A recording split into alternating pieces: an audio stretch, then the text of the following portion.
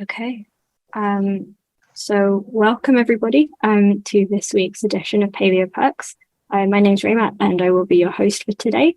So we're really excited to welcome Anjana Khatwa from Wessex Museums in the UK. This is one of our Inclusive Fieldwork special seminars. So we're very excited. We're doing a number of these this season, and we hope that you can join us for those ones as well. So Anjana's talk today is called Black and Brown Faces in Green Spaces. So the format of today's seminar, if you haven't been to a eoPERCS seminar before, or if you haven't joined us for one for a little while, so we have a little welcome and announcements for about 5 minutes, followed by Anjana's talk with a moderated Q&A. And then Anjana's very kindly agreed to stick around for tea times. We very much encourage you to stay for this and ask the questions about her work and her career path. And don't forget to send your questions in directly to me via the chat. So I'm also questions host today.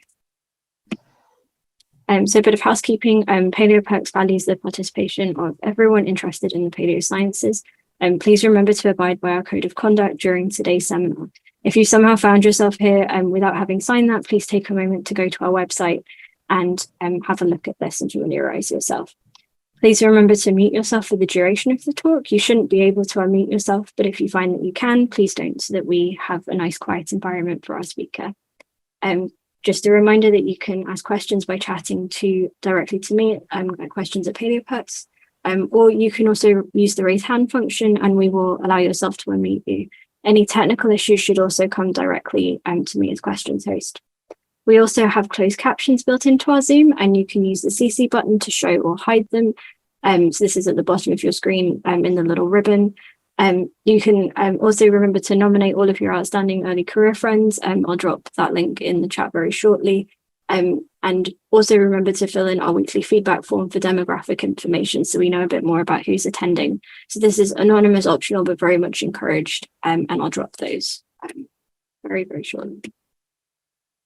So now it's my great pleasure to introduce this week's speaker, Anjana Khatwa. So Anjana did her bachelor's in earth science at Kingston University in the UK, followed by a PhD in geography at the University of Southampton, also in the UK, followed by 2 postdoc roles, one at the University of California, Santa Cruz in the US, and the University of Sheffield in the UK. She then undertook a role as a National Park Service geoscientist within the US, and then a postdoc and adjunct professor role at the University of Utah. She then moved to work with Dorset County Council and the Jurassic Coast Trust to help develop and manage their education and learning program for the Jurassic Coast World Heritage Site. And she's currently an engagement lead at Wessex Museums in the UK, and also is a visiting fellow at the Open University and a freelance equity, diversity and inclusion consultant. So Anjana, over to you for your talk. Thank you very much. Always a little bit worrying when you see yourself, your biography up there. Right, a little bit tricky here, so I'm just going to share this screen here with my talk slides on, so hopefully everybody can see that. Can they see that, Raymat? Yes? Yeah, that looks great. Are we good? Yeah, great, excellent. Let's just get rid of that. Thank you very much for joining me this afternoon. I am indeed a person of many. I have a lot of stuff going on in my life. And one of the more important things I would say is inclusion in heritage spaces. And as was said in the introduction, I have a variety of hats that I wear. I kind of spread myself in both natural and cultural heritage sectors at the moment, and I entered the museum space with Wessex Museums about 2 years ago, but prior to that I kind of had about 20 years experience of working in protected landscapes. As you can see on the slide, I have lots of responsibilities. I work as a trustee for various charities. I'm on their boards, but probably the one that's most relevant for this talk is that I'm a trustee for the National Association for the Areas of Outstanding Natural Beauty in the UK. And these are places that are protected landscapes like national parks. So I'm a trustee for that organisation. I also work as an ambassador for the Dorset Race Equality Council, which is a lobbying organisation in the county of Dorset that represents the rights, the human rights of people of colour who live in this area. And in 2020, I was awarded the National Diversity Award and for being a positive role model in race, faith and religion. And a lot of that is associated with the work that I do in the geosciences and the natural heritage sector. So why do we need to talk about representation in heritage spaces, and particularly natural heritage spaces? It's a real issue. If you look at someone like me and where I've been on through the journey of my career, I am very much an anomaly. My love for earth sciences and sciences in general was stimulated at school, actually, probably like most of you. I was about 8 years old, I think, when I started to really get interested in science. And that wasn't through my mum and dad or anything like that. It was a teacher at school, and I was learning about space, and all of that was just amazing. And I thought at the end of, kind of primary school, I thought, this is brilliant. I'd like to be an astronaut. Thank you very much. My parents had different ideas entirely. But that love for science really blossomed and grew into, something quite special. And in 1988, you can probably see this picture here. I'm about 13 years old. So now you know exactly how old I am, which is a bit frightening. But in 1988, I went on holiday as a 13-year-old to Kenya, which is where my mum and dad are from. And there's my dad. He's standing next to me. I'm the strange girl wearing her Sunday best dress on a geological field trip. So never say that you're never dressed glamorously for field work, because even at 13, I kind of knew the right clothes to wear and the right shoes, because I'm wearing these really slim rubber plimsolls. I'm standing at a place which is really extraordinary, actually. It's called the Shaitani lava flow, and it's in between Nairobi and Mombasa. And the lava flow is about 200 or 300 years old. It spreads for about 50 square kilometres over the national park. And it's a flood basalt. So, the lava would have welled up from a fissure in the earth and just kind of literally just spread over the landscape, burning everything in its path. When I walked across those deposits, I really didn't know anything else apart from having grown up in a very urban environment in Slough. And in those days, in the 1980s and even in the early 70s, Britain was a very difficult place to live if you were a person of colour. There was a lot of racism. This was the years after Enoch Powell's Rivers of Blood speech. This was the time of the National Front. And as a kid growing up in Slough, on the way to school every day, my sister and I would have to walk past National Front skinheads every day on the way to school. It was a very hostile environment to grow up in. And so it was very rare that we would actually go out to green spaces in Britain. And when we did, it was extremely difficult. And I'll come on to some examples then. So for me, as a teenager, to go to somewhere amazing like this, it was transformational. And on that day, I picked up 2 pieces of rock, actually, from that lava flow. I still have them today, but they were responsible for helping me to connect with the rocks that I was walking over. I thought it was amazing that molten, semi-liquid rocks could come up from the middle of the earth and spread across the landscape, and you could then walk on them. I just thought that was incredible. And I took those rocks away and went really through a lot of battles with my family to become someone who wanted to become someone that was working in the earth sciences. It has not been an easy journey for me. But I think nowadays, if you follow me on social media, I'm known as Jurassic Girl. So if you want to follow me on Twitter, the details will be at the end of the talk. But I'm probably best known now for talking about rocks a lot, whether that's on television or radio or wherever it might be in talks like this. I'm very much known for that. But also, I'm known for fighting for more diversity in earth sciences and sciences in general. So where is the representation? Where do we see ourselves? How are our voices heard in those spaces? That's what I do. I talked a little bit about where the cycle starts. And for me, because I grew up in a town called Slough, which is on the outskirts of London. It's not a particularly green place. I mean, I love growing up there, don't get me wrong. But when I was about, I think, how old was I? Probably 10 or 11. My dad was a sign writer. So he concreted over our back garden so he could bring in vans and not lorries, sorry, because our garden wasn't that big. I didn't live in a mansion, lived in a semi-detached house in Slough, but he concreted over our back gardens so he could bring vans in to sign write. So any semblance or understanding I had of nature, I mean, this was literally a lawn in our back garden. It was gone.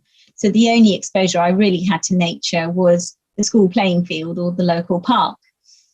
And those days, those few occasions where we did go out, it was very, very difficult. So you're looking at two pictures here. One is probably even earlier than 1988. That's a picture of my family and some of my extended family at the Isle of Wight. And if you know the rocks, you'll know that this is Allen Bay on the Isle of Wight. And these are beautiful Cretaceous rocks. Probably I wouldn't recommend standing that close to the cliffs anymore. But it was trips like this, the very 1 or 2 days a year where we left Slough and went to the coast or somewhere amazing where I'd be exposed to places like this. And this was an amazing experience. But my memories of that trip are, the rocks were brilliant because we'd fill up little glass bottles with the coloured sand, and that was fantastic. And they're probably still in our house somewhere in a corner, a dusty corner. The other memory was how we were welcomed or not welcomed into this space. So the Isle of Wight is a small island just off the coast of the southern England coast. And in the early 1980s, it was a very, very, and for a family of South Asian people to go there was very unusual. You really stick out. And my brother and my sister and I remember this occasion like it was yesterday, really. And we would pile into a paddling pool, and we'd think it was lovely, brilliant. Okay, summer holiday, go and paddle in this pool that's shaped like the island. And then all of the white parents would be pulling their children out. And as a child, you don't really pick up on that. But as my parents must have, because we were just thinking, isn't this brilliant? We've got more space to play now because all the kids have gone, not being aware of the reason why they had gone. And then the other picture is, I'm a lot older in this picture, and it's because you can see how my hair's blown up and given me a bad hair day. But you can see my mother there, my grandmother, my brother and my sister. We're kind of sitting on our living room rug, because this is how diverse communities, particularly South Asian communities, enjoy nature. It's all about the food. And, you bring everything with you, because when you go to places in nature, there's so much hostility that you don't feel comfortable going into a fish and chip shop or a restaurant. You just bring everything with you because you're self-sufficient. You don't need to interact then with people who are going to be unkind to you. And on this holiday, we had plenty of unkind comments, plenty of racist comments about the way we were dressed, the way our food smelled. And it was successive experiences like this that my parents went through that then broke the cycle of my contact with nature. And it was only until I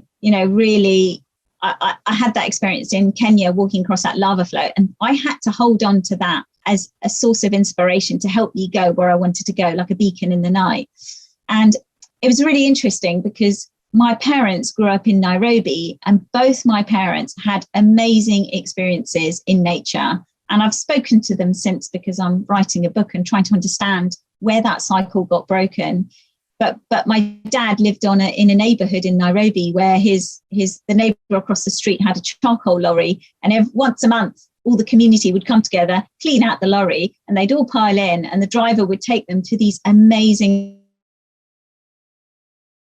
Lake Nakuru, or, I can't remember some of the other places they went, but my dad said it was amazing. He saw rocks, he saw waterfalls, he saw flamingos, and he just said it really helped him to connect with a space outside of the city. And my mum was the same. Her dad used to borrow a car off somebody, and they all used to pile in and then drive off to see amazing places outside the city. So they always had this amazing connection with nature, and they would, put together a brilliant picnic, go off, explore, come back, and the week started again. But when they came to this country in 1970, 1969, they met so much hostility in green spaces. They just couldn't. And also they didn't have the time, because both my parents worked full time. They didn't have the time. They didn't have the money. They didn't have the means or resources. Plus there was racism in those spaces. There's an additional trauma there. So they just didn't go, and that cycle was broken. And it's really interesting because I would need to go back all the way back to Kenya, where they kind of started their journey to love nature. I would need to go back to the start of their cycle to begin my own process of loving nature.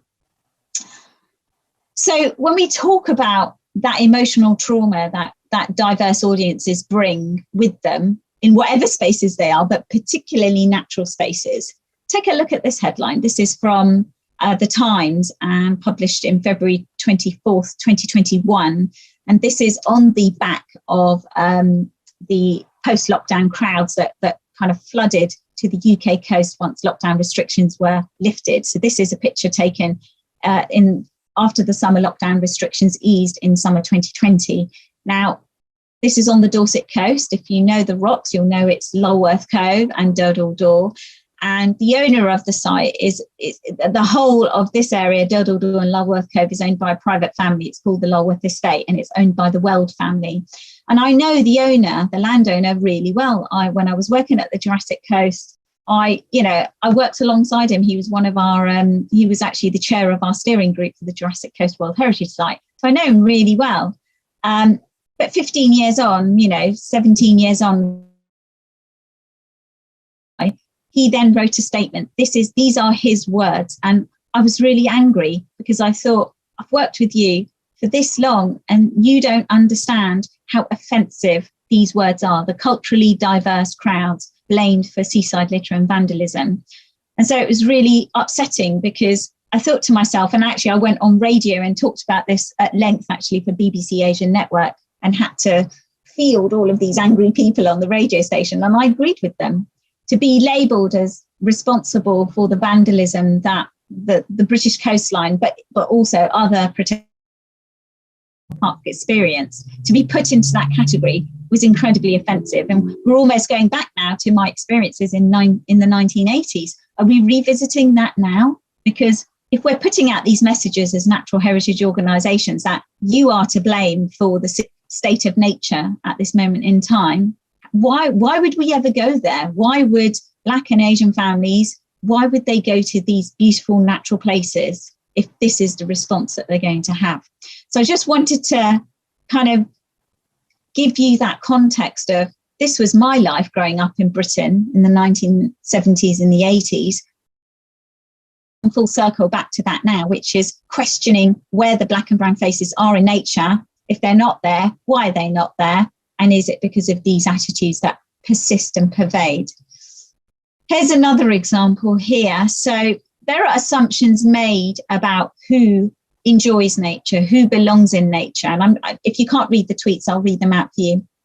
This is in response to a television programme called Country File, which usually airs on a Sunday night on the BBC. And it's a programme focused on nature, essentially the countryside.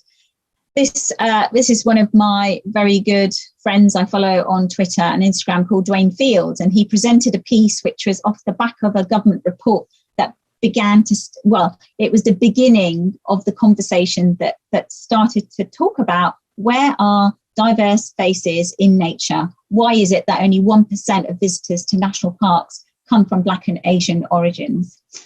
And when he talked about this in the programme, he on Twitter by a lot of racists.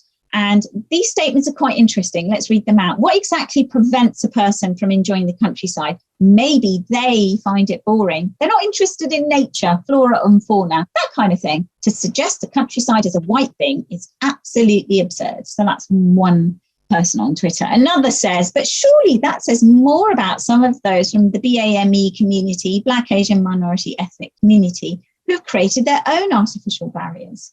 Maybe some communities find the countryside boring. Maybe more Caucasian people go to the woods, as we tend to be dog lovers, where the Black, Asian, minority ethnic communities are less so. So there are two myths there, really, that I have spent pretty much my entire career trying to challenge. One is that the majority of the sector, and we're moving towards a different space now, but for a long time, the majority of the sector saw Black and Asian communities as an additional effort. Why would we bother trying to put the effort into helping these people feel included in nature when actually the status quo is fine. Let's just go as we are because that's less effort for us. And that is actually, I have actually heard that in meetings and people I've spoken to in the why would we do that? Why would we bother? Why would we invest so much time into your community when actually the status quo is fine? And then the second comment about maybe some communities find the countryside boring. Well, actually, this is a very colonial view. In the way that opinion that, you know, we must interpret nature through one single lens, and usually that's one white lens. And in the time that I've spent working in protected landscapes and natural heritage, I'm only now beginning to challenge the dominant narrative of actually, if you come from a diverse community, you experience nature in a different way. And that way is just as valid as this way. And it's been a real education for me. Then I do a lot of EDI consultancy. It's been a real education for the organisations I work with to begin to almost open their eyes as to how diverse people experience nature. This is a really wonderful image. This is from Amandeep Nadra, who's an OBE because of his work in uncovering hidden histories in World War II and World War I. And this is from 1918, and here are Indian soldiers skimming stones in the Dead Sea. And when you read that Twitter comment from that person, maybe they're not interested in nature. I mean, yes, we are. And when I spoke to my parents and they told me about their, you know, jaunts in charcoal lorries and a borrowed car out into the beautiful landscapes of Kenya, I understood. I understood that this is not you not interested in nature. This is you trying to tackle the barriers that stop you from accessing nature. And you know, for much of my career, I've really tried to focus on how do we begin to dismantle those barriers. And I just love this picture. I think it's really beautiful. I think the question we have to ask ourselves is, that's all very well and good. We know that Black and Asian communities, diverse communities, have a real love and passion for nature. But how do we begin to create the change we need to see? Who has the power to create that change? And I've used this example just to kind of show you. We've got a portrait of Dido Elizabeth Bell here with painted with, you know, Lady Elizabeth Murray, and she's got a really fascinating story. Dido Elizabeth Bell is a mixed heritage young woman. She was born in the Caribbean and then was brought to the UK by her father, who was white. He was a merchant seaman. Now, he left her in the care of her grandfather, who was a High Court judge, because he needed to go off and do his seafaring. And from the painting, you can see she's dressed in a really opulent way. She's wearing silks. I mean, there's a slight exoticism to her pose, which art historians will debate over no end. But to all intents and purposes, she was given an education. She was taught how to play musical instruments. She was even a ledger for her uncle, you know, looking at his accounts and his books. She was given all of the privileges that a young woman could enjoy. However, when we look deeper into the archives and the records of her life, something is very clear. There were some spaces where she was absolutely welcome, and then other spaces she wasn't. And in this statement from Francis Hutchinson, who wrote diaries about his visits to these two young women, he speaks of a Black came in after dinner and sat with the ladies, and after coffee walked in the company of the gardens. So what we can elucidate from that statement is that she was welcome, absolutely, educated, beautifully dressed. But when it came to sitting at the table as an equal with others, particularly those coming into the house, she wasn't. She had to go and eat her food with the servants in the kitchen. And then she would come and join the group. God forbid she should sit at the table with other guests and enjoy that conversation and contribute as an equal. That was not the done thing. What does this mean, though, in terms of the power structures and the constructs we work in? Well, let's have a look at the statistics in terms of protected landscapes. If you are in the UK, many of the protected landscapes are divided into two spaces. There are World Heritage sites like the Jurassic Coast, but we also have national parks and areas of outstanding natural beauty, which are on a level with national parks in terms of planning law. Now, all of those areas are managed by boards. And by these, we mean a group of people that are brought in to guide the strategic programming for that natural heritage space. In 2019, a DEFRA report, this is the Protected Landscapes Review report, found that only 0.8% of national parks and AUNBs had board members that were from Black, Asian and minority ethnic backgrounds. So when you're talking about some of the most valuable natural landscapes in the country, many of which are very popular for field work or leisure and tourism, the voices round the table are not reflective of the diverse audiences that would like to be there. And when we even dig down a bit further and we look at the policy exchange report from 2017, 0.6% of the workforce working in the environment sector are Black and Asian. And so when I talk about my career, my 20-year career in natural heritage and working in protected landscapes, I am an anomaly. I am incredibly rare to have gone from, a postgraduate degree to then, postdoc, and then a career, at the Jurassic Coast. I'm an incredibly rare specimen in this sector. And when we put those two figures together, what it does is it defines how the parks are managed, it defines what the engagement programs look like, and it defines the culture that persists within those environments and how they are blind to the needs of diverse communities.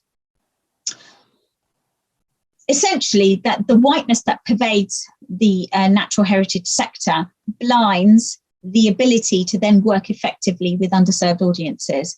And in my work in Wessex museums, what I do is I very much look at the systemic barriers that essentially restrict and keep out underserved audiences from our spaces. And actually, I did a 3-month consultation with community groups and our museum staff and other partners. And this is what I found. Basically, that our staff, and I find that this crosses over very well into protected landscapes, our staff, our colleagues, those that are working inside the system are incredibly nervous about working with underserved audiences, and particularly those from Black and Asian backgrounds. And it's principally because they are lacking in confidence and knowledge of how to speak to those audiences, how to engage with them, and how to listen to their stories, and then bring those audiences into spaces where they will have, programs that are developed that are meaningful to them. And quite often what we see, particularly with national parks, I would say AUNBs are doing a little bit better, but particularly with some areas, the programs that are created are very much through a white lens. So they almost don't reflect or resonate with the interests of diverse audiences. There's a lack of awareness of what the programs offer, but also when those groups go to these spaces, they don't see themselves reflected in the staff or the volunteer frameworks, and there are experiences of microaggressions in the countryside. So I gave you a little bit of examples of my historical experiences. Why does this matter? The experience in nature at a very early age, particularly within your family unit, matters because that is where the journey begins. And I know that journey began for me when I walked across those rocks. When we look at who is actually studying the degrees that then fuels the sector, as in the environment sector, let's look at the statistics here. Physical geography, which is a kind of a degree that the sector looks at to recruit from, sits at 7.5% Black and Asian minority ethnic representation. Geology is a little bit better at 9.4%, and then environmental science at 8.2%. So we're looking at a huge disparity of representation at degree level, but then what we're looking at is this then funnels through to the sector and the employment, which then currently is stagnating at 0.6%. What are we changing? If we're not drawing and enticing those audiences into nature, we're then not encouraging our parents and carers and our children to see nature as a career, and they are then not moving into the degree spaces, and then they are not entering the sector in order to promote that environment to people that are coming up through the system. It is a negative feedback loop. So how do we begin to dismantle this? So, it's about breaking the cycle. And what we're doing in our museums at the moment is that we are trialing and piloting lots of programs to raise the voices, particularly at the moment I'm working with a lot of disabled young people, and how do we bring them into our spaces in order to empower their voices so they're driving forward that change. The representation within volunteers and staff matters a lot. but also critically, we are where we are. It's going to be decades before we change what the face of the sector looks like.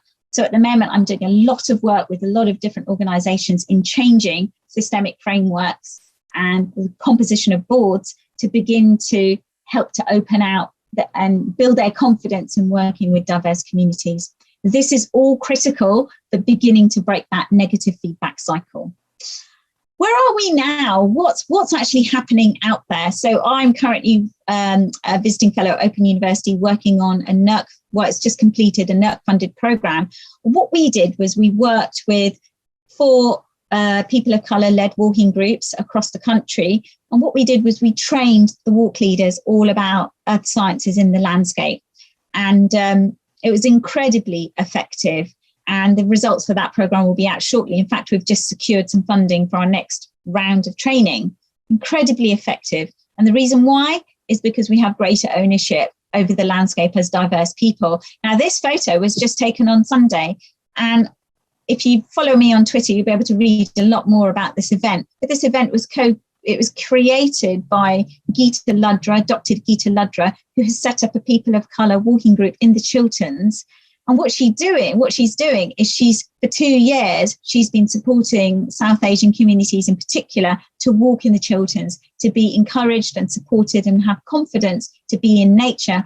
And it's not just adults, it's grandparents and it's very young children as well. So what we're seeing is an intergenerational sharing of nature and being in nature. And you know, it won't surprise to hear you won't be surprised to hear that food is a really critical part of this group's connection with nature. So quite often people will bring food into the walk and we'll sit down and share stories and share our food. And that's all part of the experience of being in nature. It's a really, really wonderful project. I encourage you to go and follow her to find out more about the work she's doing to encourage diversity in nature. So that's it from me.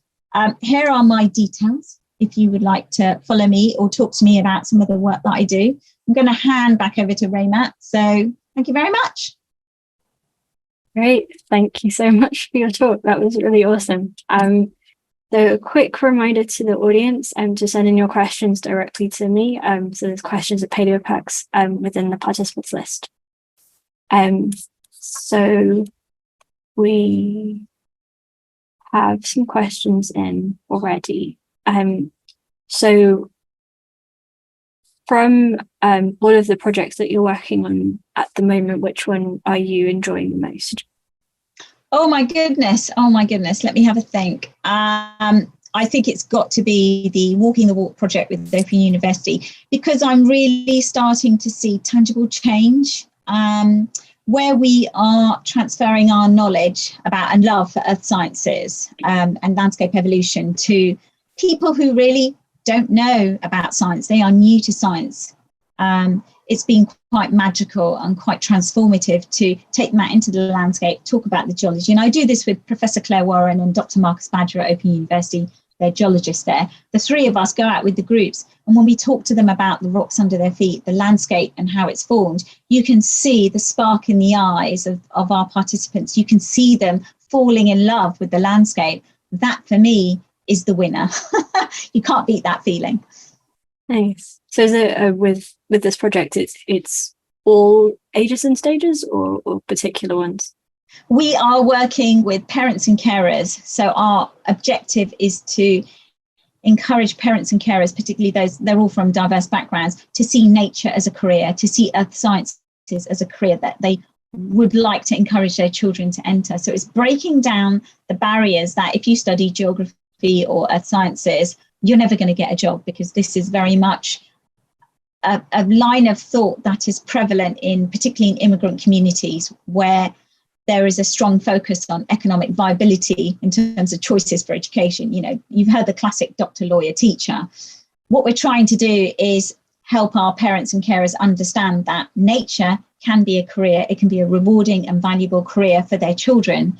And then on our walks, we have children of all ages. I mean, there was a 2-year-old on one of the walks and there was a 15-year-old. So what we're trying to do is build a relationship that those families have with nature, so it's part of their lives. And so when it comes to choosing GCSEs or A-levels or even degree choices, that it suddenly becomes an option.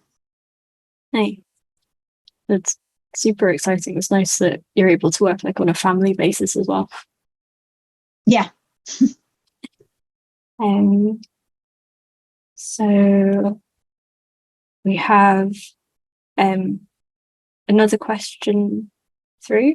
So with the work that you're doing with Wessex Museums, how does the work that you're doing with the NERC funded project relate to that, or is this one completely separate? They exist in two different spaces, but what it is that they blend into each other. So some of the lessons I learned from working with the Dudimars community, the Dudimars walking group in the Chilterns, or with Black Girls Hike, all of that is based on effective community engagement and listening and learning and co-creating. And in the museums, my whole job is all about guiding 4 learning teams across 4 museums to deliver effective community engagement and projects that are very much co-created with those communities' voices at the centre. So although they are in 2 different spaces and often about different narratives and discourses, so one project we did with young people last summer was all about climate change, related but not related. But what we learned was, it's really important to just be guided by the voices of the audience you want to work with. So in this case, we had a group of young people from Salisbury, from a very deprived area. And when we kind of approached them with the project and said, this project is all about climate change. Actually, these young people, they're 14 to 16, 17 years old. The first thing they said was, we've never heard of climate change and we don't care, because how does it impact on us? We don't really care. What we're worried about is food poverty, the state of our local environment, the state of this green space that keeps getting vandalised, the litter around our estate. That's what we're worried about, and that's what we would like to work on with you. And so as a museum, what we did was, we were like, okay, all right, let's go with that. So we adjust and flex according to what our audience needs and what they would like to talk about. And I think that's a really important approach to building trust with communities, because then, of course, once we do a project like that, maybe next year, maybe the year after, we can maybe delve into the deeper issues of climate change. And that I kind of apply that learning to the projects that I work on in both sectors. Cool. So we have another question in that asks, have you seen an improvement in terms of seeing more people from ethnic minority backgrounds in earth sciences / nature careers? I think in earth sciences, yes, I think there are a lot of hashtags running at the moment, particularly post Black Lives Matter. You can even just look at Black in Geoscience on Twitter, or hashtag Black in Geoscience. And I think when that went live last summer or the summer before, to be honest, it was amazing. I met and heard so many incredible stories of Black people studying and researching earth sciences from all over the world. I mean, it was absolutely brilliant. I think in nature, the same thing is happening. I think people are starting to claim the space. So if you follow Muslim Hikers, that's run by Haroon Mota, if you follow Black Girls Hike, that's run by Rian Fatinikun, even Steppers UK, Maxwell Ayamba at Black Men Walking, and Geeta Ladra at Dudimars, Mohammed Dalek over at Mosaic Outdoors in the Lake District and the Peak District. The voices are coalescing. There is a movement. And I think what we have to be careful of is there is a lot of movement. There is a lot of, lovely Instagram kind of faces out there. What we have to be really mindful of is what is the level of engagement with nature and what is a change that we're seeing. So a lot of the work that I do is not so much about the passive engagement with nature or earth sciences, which is I'm going to climb to the top of Scaffold Pike, take a nice picture and walk down again. Where I'm interested more is if you're walking to the top of Scaffold Pike, do you know, or are you open to understanding how that landscape formed, and what can we do to help you become empowered to tell that story to your community? So there is progress, but we can always do more. Do you find that working with the Dudimars project that you see that change in sort of parent mindset where they're encouraging their kids who are also there to sort of go into nature? Yeah, we have a project evaluator on that particular program, and even on the WhatsApp chat that I'm involved in, there are various families coming back with their children. And one in particular, I think after one of our walks, she then went and climbed Snowdon with her 2 children. So it's a trickle effect, I think, for a lot of diverse communities. It's all about word of mouth and trust. And if you trust someone, if you know someone and you trust them and you see them doing something like walking up Snowdon or going for a walk in the countryside, the pattern is that trust makes you feel like you belong there, and so you will try to reflect that activity within your own space.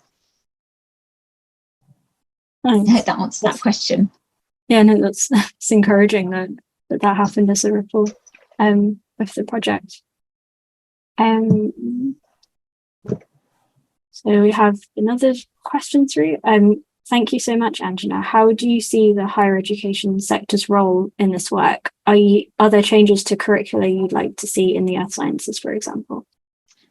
Yeah, I think some level of understanding, and I'm writing a lot about this at the moment, is the decolonisation of the curriculum and being aware of what the lens is through which geology is presented. And it's really interesting because I've just finished sample chapter for my book, and spoiler alert, so if you ever read it, you'll know that you heard it first here, but I was looking at a particular feature in North America that was clearly a very natural feature. And I was looking at some archive records of a geologist from 1875 who wrote about this feature. And he basically said, well, it clearly isn't natural. It's clearly evidence of Celtic people having come to this continent, to North America. And essentially what he was saying was it was a glacial erratic. It was balanced on a number of stones. And he compared it to dolmens, which are megalithic structures in Wales, in Scotland, in Britain. And this geologist said, well, there's no evidence that this is a geological feature. How could it be? It must be evidence of Celtic culture in North America. And he wrote that, but then 80 years later, people were still talking about it. And even now, when I went to go and research the site, there are still questions about whether it's a Celtic structure.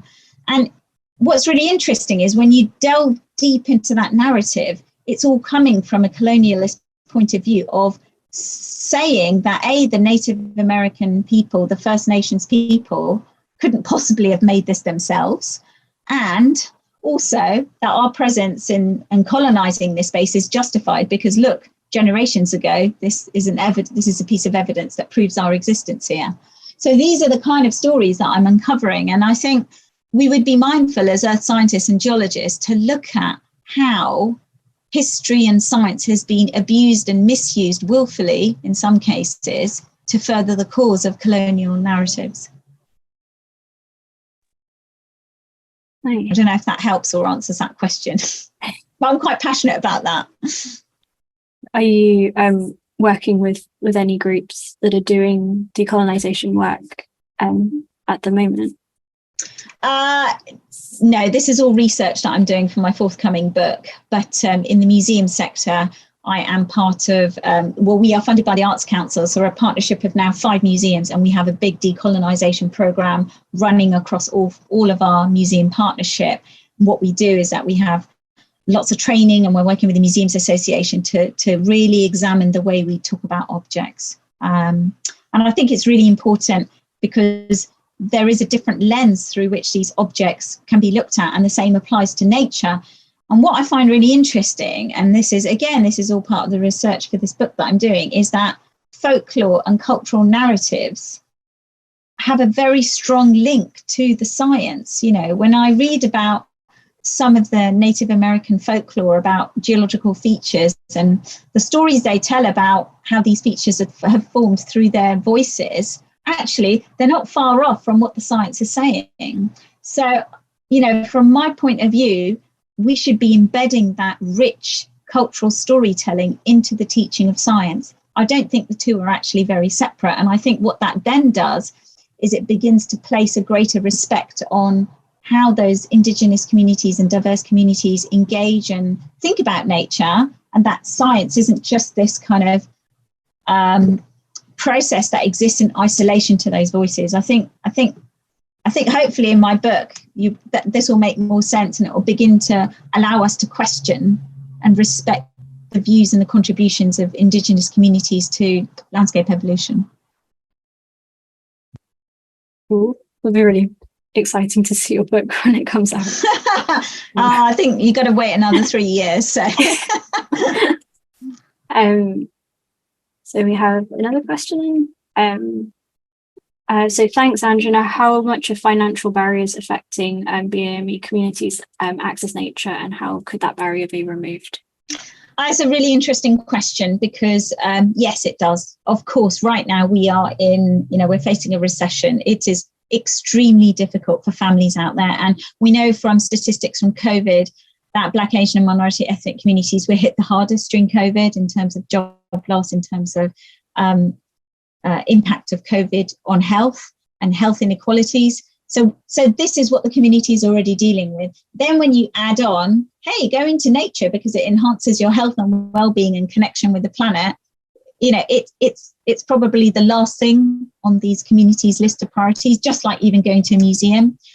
So finance is a huge issue because for a lot of these national parks and areas of outstanding natural beauty, you need a car. And I'll be honest, you do need a car. I live in Dorset and you can't get anywhere unless you have a car. The public transport system is so bad.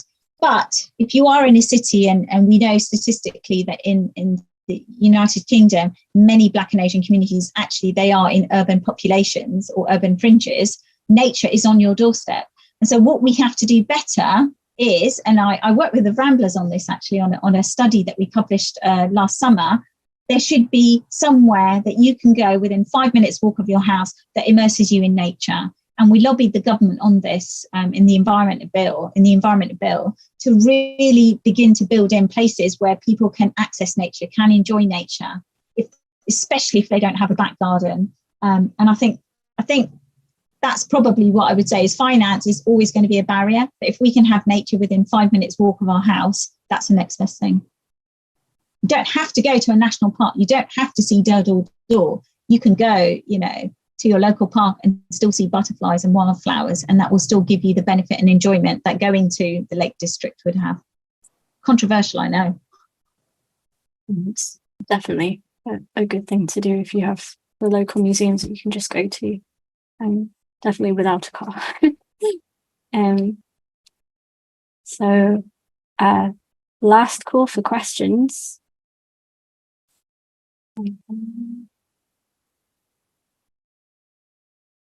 Okay, we don't seem to have any more questions through. So thanks so much again for your talk. It was really, really cool to see everything you're working on and to learn more about inclusive fieldwork within the spaces that you're working in.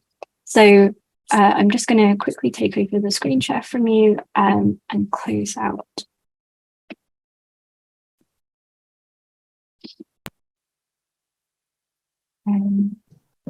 So thanks everyone for joining us. Please remember to fill in the weekly feedback form. This will be in the chat very shortly so that we can learn a bit more about who attended today's seminar. And join us next week at the same time to hear Matteo Fabri from the Field Museum of Natural History in the US to talk about diving behaviour amongst dinosaurs. We haven't had a dinosaurs talk at eoPERCS for a long time. So up next, we have Tea Time with Anjana, which we really encourage you to stick around for. So this is just an informal conversation about the talk, Anjana's career in a relaxed setting. And our question of the week is, if you had to do fieldwork anywhere in the world, where would it be and why? So we have a quick break before tea time. So remember to get up, walk around, have a quick drink of water, come back in 2 minutes. And if you have paleo pets, bring them to tea time as well. We really like to meet them. So we will see you in 2 minutes.